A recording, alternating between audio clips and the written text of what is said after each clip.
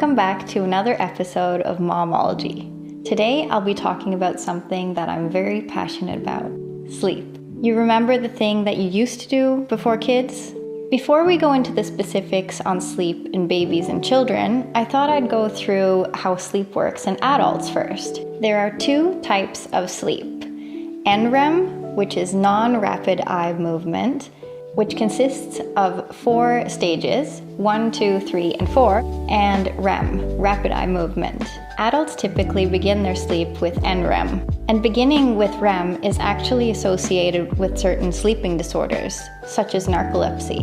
So sleep begins with NREM 1, and NREM 1 and 2 are very light sleep, so it's very easily interrupted. In these phases, your heartbeat and breathing slow down and your muscles relax. Your eyes also stop moving and your body temperature reduces. Your brain activity also slows down during these stages, though there are occasional bursts in activity. You then progress into stages 3 and 4, which are referred to as slow wave sleep. During these phases, your heart rate and breathing slow down further and you're harder to wake. These 2 stages often take place during the first third of the night and can go away completely during the course of the night.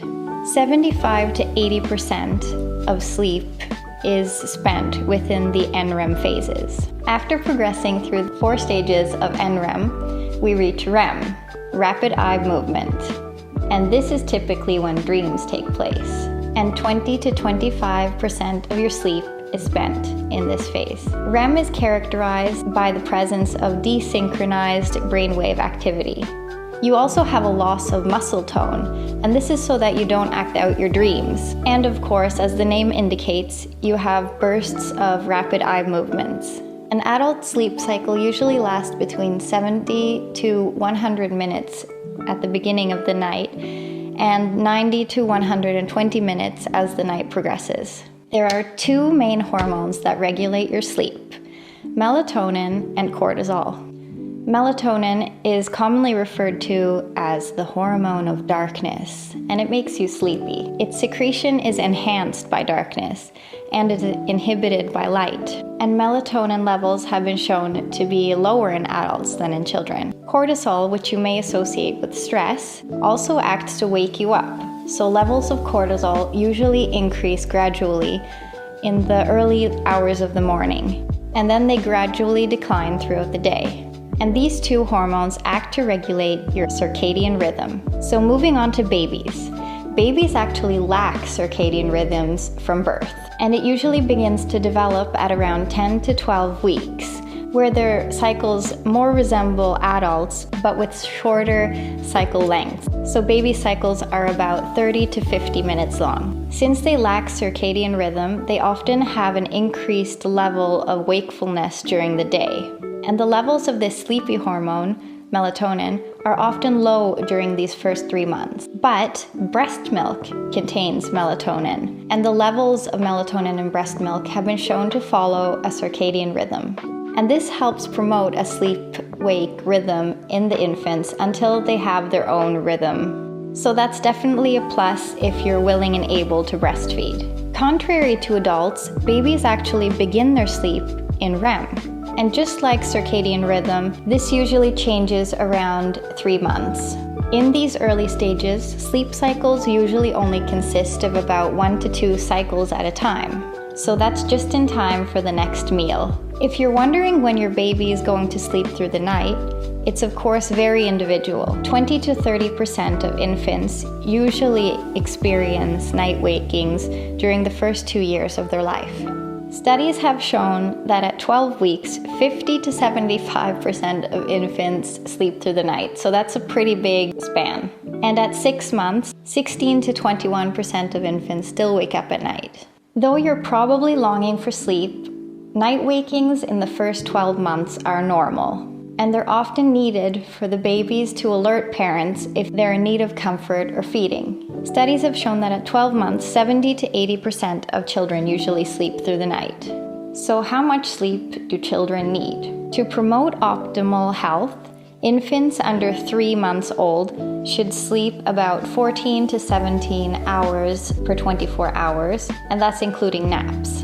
At 4 to 12 months, babies typically need around 12 to 16 hours including naps. For children, 1 to 2-year-olds typically need 11 to 14 hours per day. 3 to 5-year-olds need 10 to 13 hours. 6 to 12-year-olds need 9 to 12 hours. 13 to 18-year-olds need 8 to 10 hours a day. And adults vary between 6 to 10 hours. And sleep is of course important. Several studies have found a relationship between sleep duration and cognition. So let's dig a bit deeper into sleep and development. While it's of course not ethical to sleep deprive babies or children, studies in young animals have shown that if you sleep deprive them from NREM and REM, they show a loss of brain plasticity. Brain plasticity is the genetically determined ability of an infant's brain to change its structure and function in response to the environment. So in the sleep-deprived animals, they saw smaller brains, diminished learning, and long-term behavioral effects. And in fact, several studies in human children have shown that normal sleep development is important for mental development. As for behavioral effects, too little sleep has been associated with an increased risk for hyperactivity and an increased risk of being overweight later in childhood. REM sleep has also been shown to be necessary for the brain to create connections between sensory organs and brain areas important for healthy development. For example, REM sleep deprivation can result in the underdevelopment of the visual system. So let's talk about safety. As you probably know, to reduce the risk of SIDS, sudden infant death syndrome, babies should be placed on their back to sleep. Room sharing has also been shown to reduce the risk of SIDS. Things that increase the risk of SIDS are mothers who smoke. You also shouldn't use soft bedding, and babies of this age don't need pillows or blankets. In addition, sleeping in a sofa with an infant dramatically increases the risk of SIDS, and also does bed sharing with another adult than the parents. Studies of shared sleeping have found that it's associated with improved settling and reduced crying in the infants. They also found that maternal and infant sleep was improved. There is also some support that bed sharing could improve mother-infant connection, so bonding. And studies have even shown that adults who bed shared as infants have better self-esteem, better social skills, and better emotional outcomes. Bed sharing has also been shown to improve cardiorespiratory stability, better levels of oxygen in the babies, and better thermal regulation so that they're keeping their body temperature, and a greater secure attachment.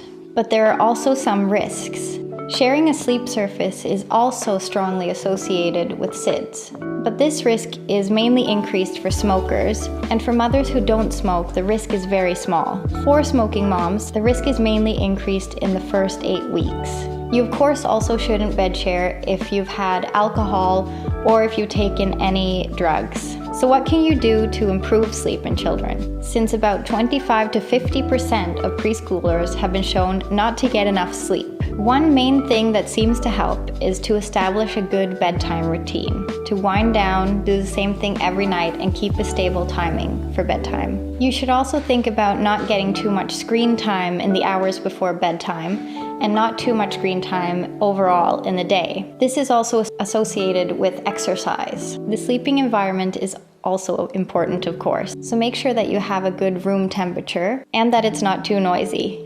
It's also important to make sure that the child isn't hungry before bed. So that was for a bit older children, but what about infants? Can you do anything to improve their sleep? And this is where the opinions tend to go different ways. In the 80s, Richard Ferber developed a method in which you should teach your babies to self-soothe. So this is called the Extinction Theory. There are also some variations of this method, gradual extinction for example, where you enter the room less and less often to comfort. At the opposing end, there's also attachment theory, and this theory was developed by Bowlby, and he suggested that parents should respond quickly to their infants. Nighttime is often associated with an increased risk of threatening conditions, at least from an evolutionary perspective. And Bowlby thought that children were biologically programmed to respond with fear in conditions that elicit potential danger. And this is regardless if the threat is real or not. So basically, they cry to get close to their caregiver. There is one recent study from 2016 that showed that gradual extinction led to a shorter time of falling asleep, a reduced number of awakenings during the night, and a lower risk of waking up after sleep onset. This is promising news, though you also have to keep into consideration that this is a quite small study. The study also didn't mention which method or techniques the control group used, or if they used any at all. So one of the main concerns with the Ferber method is that the baby would be put under a lot of stress when it's crying and nobody is responding. You also have to think about that crying is physically stressful. So their blood pressure and their heart rate and also their cortisol levels go up during this time. The same study from 2016 showed that only 54% of the infants in the gradual extinction group scored as securely attached to their parent. This number was 63% in the control group. There is also one study that looked at stress levels in the mothers and infants, and they found no effects on stress levels or effects on behavior or attachment at a 12-month follow-up. However, there are no studies, to my knowledge, that have followed this to a further point. You can also go back to the studies which suggested that co-sleeping improved self-esteem, social skills, and emotional outcomes in adults. Something that scientists do seem to agree on is that sleep training is inappropriate under 6 months.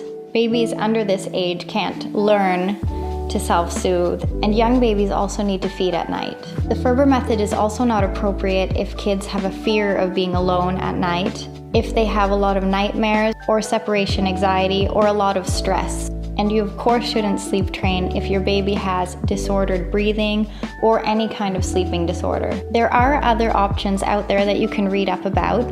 For example, there are positive routines with fated bedtime, and this is where you teach your child to relax and prepare for bedtime. There is also a method which uses extinction, but with a parent present. You can also help a child fall asleep by dimming the lights a bit before bedtime. You should avoid stimulating activities like exercise in the hours before bedtime, even though exercise during the day is a good idea. You should, of course, avoid stimulants, and you can also try to avoid hard-to-digest foods, and try to help children cope with any nighttime fears that they may have. So I hope that you managed to stay awake during this episode on sleep. Don't forget to subscribe and leave a comment below if there's something that you'd like me to bring up next week. See you guys next week.